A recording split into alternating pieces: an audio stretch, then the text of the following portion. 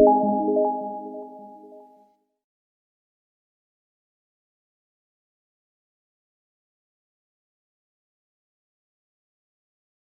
दोस्तों, आज फिर से आपके अपने चैनल डीएलएड ऑनलाइन क्लासेस में आप सभी का स्वागत है। तो दोस्तों, आज एक नया टॉपिक लेके आए हैं। कौन सा नया टॉपिक है? गणित के अंतर्गत जो टॉपिक है आपका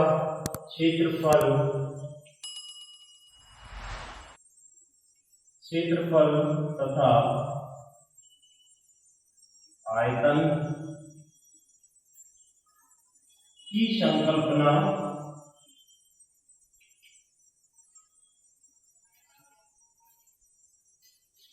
तथा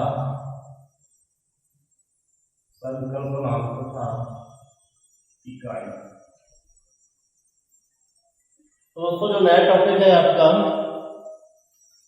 क्षेत्रफल तथा आयतन की संकल्पना और इकाई अर्थात तो area and volume, concept of area and volume and unit. तो क्षेत्रफल क्या होता है, क्षेत्रफल की इकाई क्या होती है, और आयतन क्या होता है, आयतन की इकाई क्या होती है, इसके बारे में बात करेंगे। तो सबसे पहले बात करते हैं क्षेत्रफल के बारे में। क्षेत्रफल क्या होता है? दोस्तों, क्षेत्रफल क्या होता है? कोई ऐसा तल जो चारों सीमाओं से घिरा हुआ हो। जैसे मान लीजिए कोई ये क्षेत्र है, ये चारों सीमाओं से घिरा हुआ है। ये जो बंद आकृति है, ये क्या कहलाएगी? घिरी आकृति। ये घिरी आकृति क्या कहलाएगी? इसका जो अंदर का भाग होगा वो उसका एरिया होगा, क्षेत्रफल होगा। अगर हम यहाँ करते हैं कि इसकी इकाई क्या होगी, इसकी इकाई की बात करें, इकाई क्या होगी? अगर इसको हम बोलते हैं लंब, इसको बोलते हैं चौड़ाई, और इसको बोलते हैं लंबाई, इसको बोलते हैं लंबाई। तो दोस्तों, इसका जो क्षेत्रफल हो जाएगा ये क्या है आपका? अगर बात करें आयत, तो आयत का क्षेत्रफल क्या होता है? आयत का क्षेत्रफल होता है, ये होता है वर्ग का क्षेत्रफल के बराबर होता है, और ये होता है लंबाई गुणित चौड़ाई। यहाँ पर अगर हम बात करें इकाई की, तो इकाई क्या हो जाएगी? अगर मान लीजिए मीटर में है दोनों अगर मीटर में है, तो दोस्तों ये मीटर में है, दोनों मिलकर गुणा कर दो करेंगे तो क्या हो जाएगा? मीटर का स्क्वायर। इसका मतलब जो इकाई होती है इसकी क्या होती है? वर्ग मीटर। या वर्ग इकाई अगर मीटर में दी जाए तो वर्ग इकाई कहेंगे, और अगर मीटर में दिया है तो क्या कहेंगे? वर्ग मीटर। दोस्तों, क्षेत्रफल क्या होता है? ऐसा भाग जो चारों सीमाओं से घिरा हुआ हो। अगर हम बात करें आयतन की, आयतन क्या होता है? तो दोस्तों, आयतन क्या होता है? जिसको आयतन क्या होता है, तो इसमें ये होता है 2 डायमेंशनल होता है, 2 दिशाओं में होता है। जो आयतन होता है 3 डायमेंशनल होता है, ये क्या होता है? 2 डायमेंशनल होता है, इस टाइप से होता है। और ये क्या होता है? ये 3 डायमेंशनल होता है, ये 3 डायमेंशनल होता है। तो दोस्तों, जो आयतन होता है वो क्या होता है? ऐसी ठोस आकृति या ऐसा बंद ठोस द्वारा घिरा स्थान, बंद ठोस द्वारा घिरा स्थान। जैसे मान लीजिए कोई आप ले लें, कोई बर्तन भी ले लें, देखेंगे कि इसमें कितना, अगर कोई बीकर ले लिया या बर्तन कोई ले लिया, इसमें कितना जल भरा हुआ है, कितना द्रव भरा हुआ है, इसका आयतन। तो ये तो इसको तो हम बोलते हैं, क्या बोलते हैं? आयतन धारता भी बोलते हैं इसको। क्या बोलते हैं?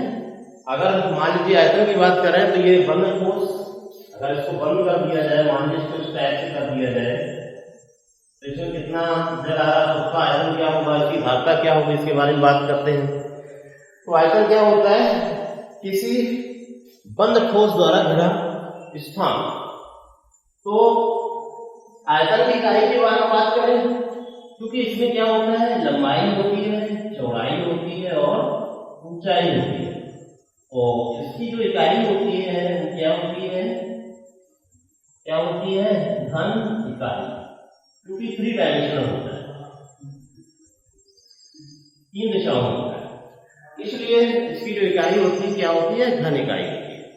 तो सबसे पहले इसमें क्षेत्रफल की अकॉर्डिंग सबसे पहले हम बात करते हैं त्रिभुजों के क्षेत्रफल के बारे में बात करेंगे, फिर चतुर्भुज के क्षेत्रफल के बारे में बात करेंगे जो आपके सिलेबस में है उसके बारे में बात करेंगे।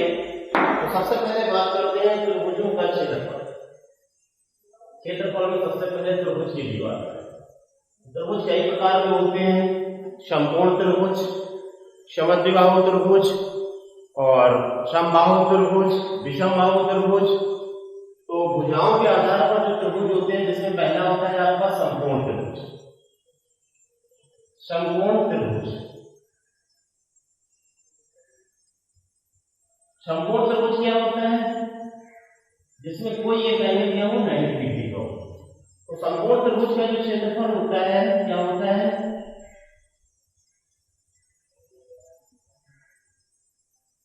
समकोण त्रिभुज का जो क्षेत्रफल होता है क्या होता है, 1/2 लंब गुणित आधार, या दूसरे शब्दों में हम कह सकते हैं 1/2 ऊंचाई गुणित आधार।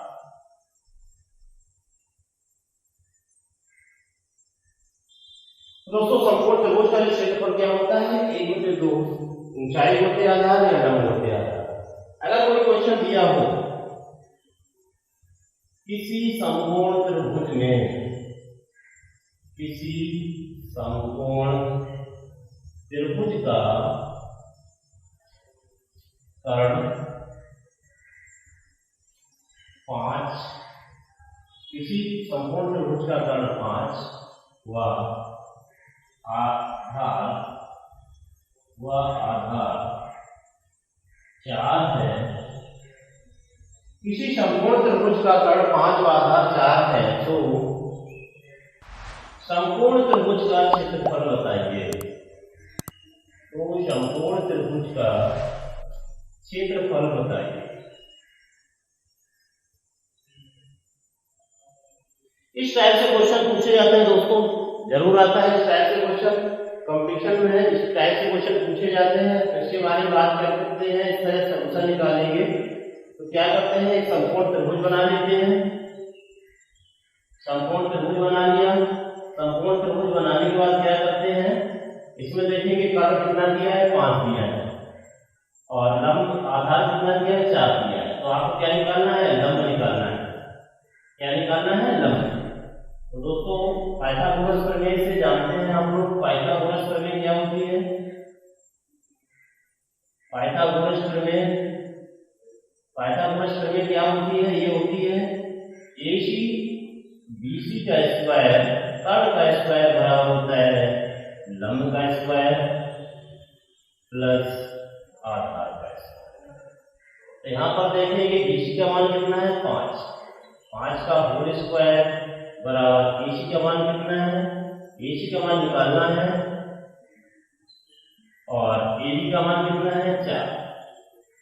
इसको जब हम सॉल्व करेंगे तो AC इक्वल टू क्या आ जाएगा, AC का होल स्क्वायर इक्वल टू आ जाएगा 25 माइनस 16, यहाँ से कितना निकल जाएगा, 9 आएगा यहाँ से, और 9 का जब वर्गमूल करेंगे तो यहाँ पर AC इक्वल टू कितना हो जाएगा, AC इक्वल टू कितना हो जाएगा, 3।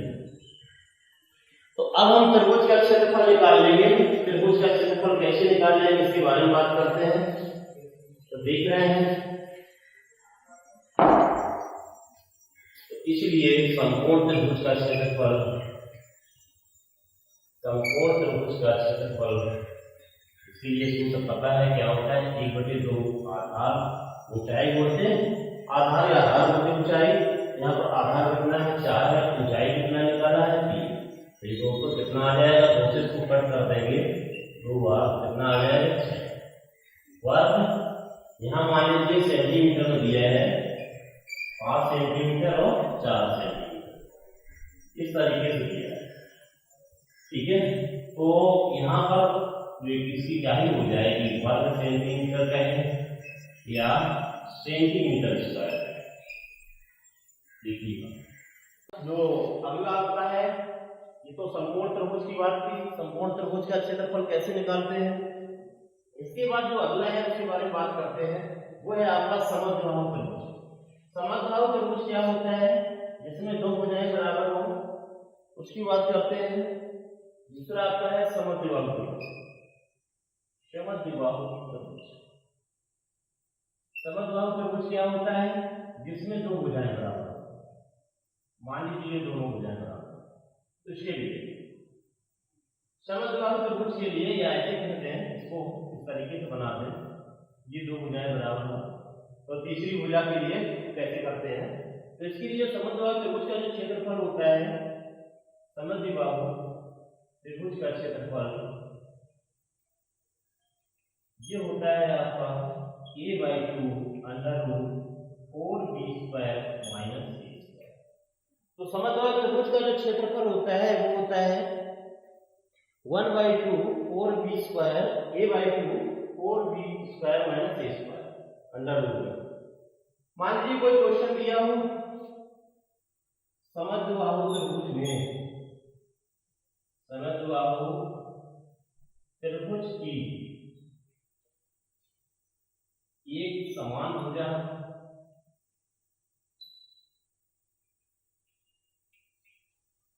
एक समान भुजा 5 सेंटीमीटर है, एक समान भुजा 5 सेंटीमीटर है, तथा दूसरी भुजा, दूसरी असमान भुजा, या दूसरी भुजा कहें, दूसरी भुजा 4 सेंटीमीटर। तो त्रिभुज का क्षेत्रफल ज्ञात करो। तो समद्विबाहु त्रिभुज का क्षेत्रफल ज्ञात करो। तो इसके लिए क्या करते हैं, सूत्र आपको पता है, सूत्र का प्रयोग कर लेंगे। तो इसका जो सूत्र होता है क्या होता है, त्रिभुज का क्षेत्रफल, समद्विबाहु त्रिभुज का जो क्षेत्रफल हो जाएगा 1/2 a/2। ए का मतलब ये है कि जो एक भुजा दी है, कौन सी भुजा दी है, 5, मान लीजिए 5 भुजा दी है, क्योंकि यहाँ बड़ी भुजा की वजह से एक इनका जो एक भुजा दी है 4 दी है, और दूसरी भुजा क्या दी है, समान भुजा 5 दी है। तो अंडर रूट, इसको हम लिख सकते हैं, जी दी जाए कितना है, 5 रखते हैं, 5 का होल स्क्वायर -4। इस तरीके से इसको सॉल्व कर लेंगे तो यहाँ पर निकल के आएगा 1/2, इसको 2 से काट देंगे, 2 आ जाएगा। इसके बाद देखेंगे 5 का होल स्क्वायर 25 हो जाएगा, 25 चौको 100, 100 - 2 है, ये हो जाएगा आपका 2 अंडर रूट, जब इसको निकाल देंगे इससे तो 84 आ जाएगा, 1 सेंटीमीटर। इस तरीके से इनका हम क्षेत्रफल निकाल लेते हैं। इसके बाद बात करते हैं, ये तो समद्विबाहु त्रिभुज की बात थी। इसके बाद बात करते हैं समबाहु त्रिभुज की। समबाहु त्रिभुज कैसे निकालते हैं, तो समबाहु त्रिभुज का जो क्षेत्रफल होता है उसकी बात करते हैं। समबाहु त्रिभुज की का क्षेत्रफल, तो समबाहु त्रिभुज का क्षेत्रफल जिसमें तीनों भुजाएं बराबर हो, तो इसका जो क्षेत्रफल होता है वो क्या होता है, जो होता है अंडर रूट 3/4 भुजा का स्क्वायर। अगर हम बात करें विषमबाहु त्रिभुज, जिसकी एक भी भुजा बराबर ना हो, विषमबाहु त्रिभुज, या जिसको बोलते हैं असमान भुजाओं वाला त्रिभुज। असमान भुजाओं वाला त्रिभुज क्या है, असमान भुजा वाला त्रिभुज, इसका जो क्षेत्रफल निकालने के लिए क्या करते हैं, इसके लिए सबसे पहले हम क्या निकालते हैं, आज की त्रिभुज की अर्धपरिमाप निकालते हैं। त्रिभुज की क्या निकालते हैं, अर्धपरिमाप निकालते हैं। त्रिभुज की अर्धपरिमाप निकाल लेते हैं, क्या निकालते हैं त्रिभुज की अर्धपरिमाप, a + b + c/2, तीनों भुजाओं का योग मुझे दो। जो परिमाप होती है वो क्या होती है, तीन भुजाओं से जो भुरी आकृति होती है, तीनों भुजाओं का जो योग कर देते हैं वो परिमाप होती है। अर्धपरिमाप के लिए क्या करते हैं, 2 का भाग लगा देते हैं। और इसके लिए जो हीरो सूत्र का यूज करते हैं, हीरो सूत्र क्या होता है, त्रिभुज का क्षेत्रफल ये होता है आपका s - a s - b s - c। तो यहां से क्या करते हैं, जो असमान भुजाओं वाला त्रिभुज होता है, यहाँ से असमान भुजाओं वाले त्रिभुज का क्षेत्रफल निकाल लेते हैं। जैसे कोई क्वेश्चन अगर दिया गया है, मान लीजिए यहाँ पर कोई क्वेश्चन दिया गया है कि यदि त्रिभुज की तीन भुजाएं त्रिभुज की तीन भुजाएं कौन कौन सी, मान लो आपको दिया 3, 5 और 7 है। त्रिभुज की तीन भुजाएं हैं, 3, 5, 7 है, तो त्रिभुज का क्षेत्रफल क्या होगा? तो त्रिभुज का क्षेत्रफल क्या होगा? तो दोस्तों इस प्रकार के क्वेश्चन के लिए क्या करेंगे, हम देखेंगे यहाँ पर भुजाएं कैसी भुजाएं, असमान भुजाएं हैं, तो असमान भुजा के लिए क्या निकालते हैं, सबसे पहले अर्धपरिमाप निकालते हैं। अर्धपरिमाप क्या होता है, बताया था, अर्धपरिमाप होता है तीन भुजाओं का योग का आधार। इसका सबसे पहले अर्धपरिमाप निकाल लेंगे, 3, 5, 7। तो दोस्तों यहाँ पर देखिए ये डेसिमल में आएगा, तो इसको क्या करते हैं, इसको हम 4, 5, 7 करके ले लेते हैं, 4, 5, 7, क्योंकि ये डेसिमल में आएगा, दशमलव में आएगा। तो यहाँ से जब इसको हम कर देंगे कितना हो जाएगा, 16/2, इसका मतलब 8 हो जाएगा। इसलिए त्रिभुज का क्षेत्रफल हमने आपको फार्मूला बताया, क्या बताया है, ये बताया था √s माइनस a। s की जगह s का मान कितना आया, 8, s माइनस a का मान कितना है, 4, s minus b 5, s minus c का मान कितना है, 7। इसको हल कर लेंगे तो यहाँ पर देखेंगे 8 × 4 × 3 × 1। अब इसका जब हम वर्गमूल ले लेंगे तो क्या आ जाएगा, 4√6 वर्ग सेंटीमीटर। अगर वर्ग सेंटीमीटर करें, अगर मान लीजिए सेंटीमीटर ना दिया हो तो वर्ग इकाई, क्या कहेंगे, वर्ग। इस तरीके से समान भुजाओं के लिए निकाल लेते हैं त्रिभुज का क्षेत्रफल। इसके बाद बात करते हैं जो अगला टॉपिक है आपका चतुर्भुज के लिए, चतुर्भुज का क्षेत्रफल कैसे निकालते हैं उसके बारे में बात करते हैं। तो अगला जो टॉपिक है उसके बारे में बात करते हैं। जो चतुर्भुज होते हैं वो आपके कितने कितने होते हैं, एक होता है आपका समांतर चतुर्भुज के जो प्रकार होते हैं, पहला तो आपका होता है समांतर, दूसरा आपका होता है समचतुर्भुज, तीसरा आपका होता है समलंब। तो हम बात करते हैं जो चतुर्भुज के प्रकार होते हैं उनमें जो पहला होता है आपका समांतर चतुर्भुज, दूसरा होता है समचतुर्भुज, तीसरा होता है समलंब। तो समांतर चतुर्भुज का क्षेत्रफल की बात करें, समांतर चतुर्भुज का मतलब होता है आमने सामने की भुजाएं क्या हो, पैरेलल हो, ठीक है, आमने सामने की भुजाएं पैरेलल हो तो उसका निशान समांतर चतुर्भुज होता है। अगर क्षेत्रफल की बात करें तो इसका क्षेत्रफल क्या होता है, आधार से ऊंचाई। और क्या होता है इसमें ये होता है जो इसके विकर्ण है, एक दूसरे को क्या करते हैं, ये एक दूसरे को 90 डिग्री से कट करते हैं। समांतर चतुर्भुज के जो विकर्ण होते हैं एक दूसरे को परपेंडिकुलर यानी लंबवत, उनके जो समद्विभाजित करते हैं, जो इनके विकर्ण है समांतर चतुर्भुज के क्या करते हैं, समद्विभाजित करते हैं एक दूसरे को। समचतुर्भुज में क्या होता है, समचतुर्भुज में थोड़ा सा अंतर होता है।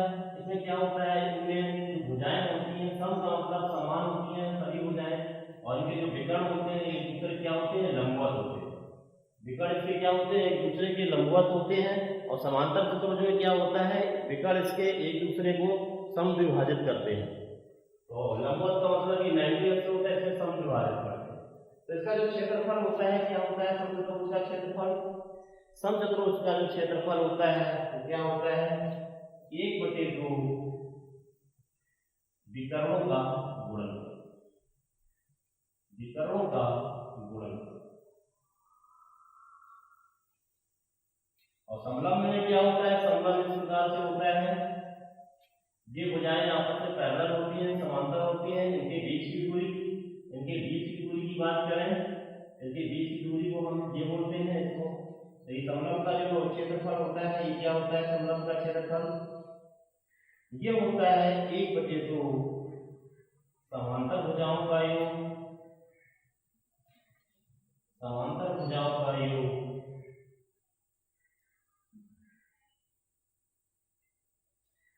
समांतर भुजाओं का योग इंटू समांतर भुजाओं के बीच की दूरी।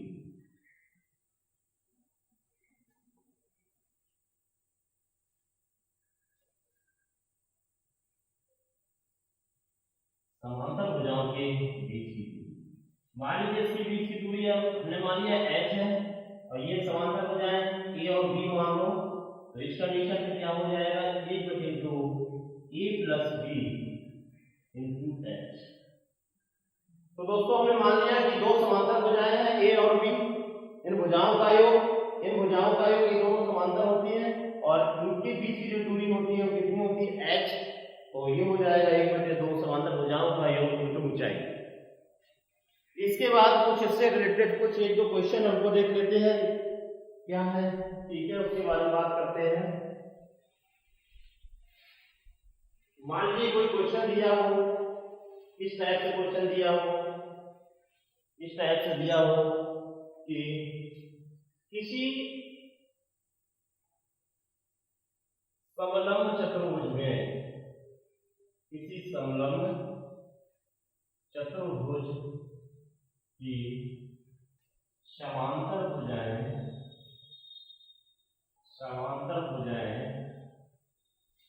3 व 5 है, 3 व 5 सेंटीमीटर है तथा ऊंचाई या ऐसे कहते हैं दूरी 6 सेंटीमीटर है। तो इस टाइप से क्वेश्चन पूछे जाते हैं दोस्तों।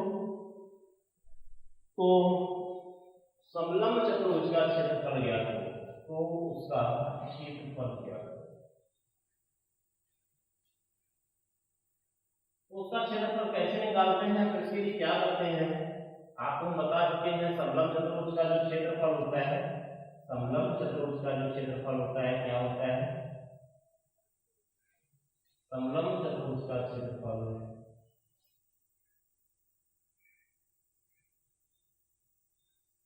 समलंब चतुर्भुज का जो क्षेत्रफल होता है वो होता है 1/2 समांतर भुजाओं का योग। समांतर भुजाएं कौन कौन सी दी गई है, 3 और 5, इनका योग इंटू के बीच की दूरी कितनी दी गई है, 6।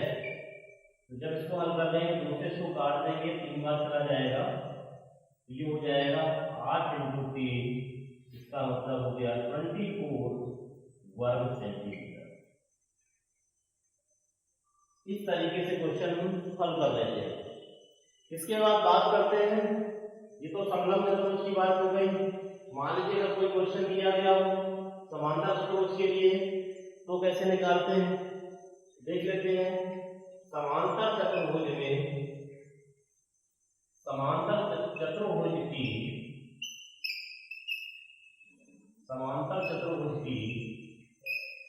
संलग्न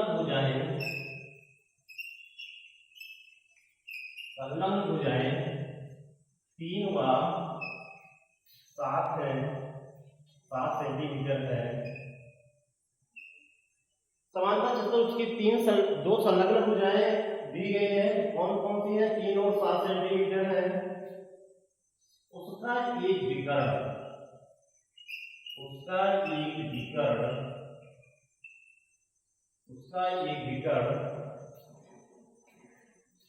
8 सेंटीमीटर है। तो समांतर चतुर्भुज का क्षेत्रफल बताओ। तो इसके कई तरीके हैं। एक तो ये तरीका है, इस टाइप के क्वेश्चन के लिए क्या करते हैं,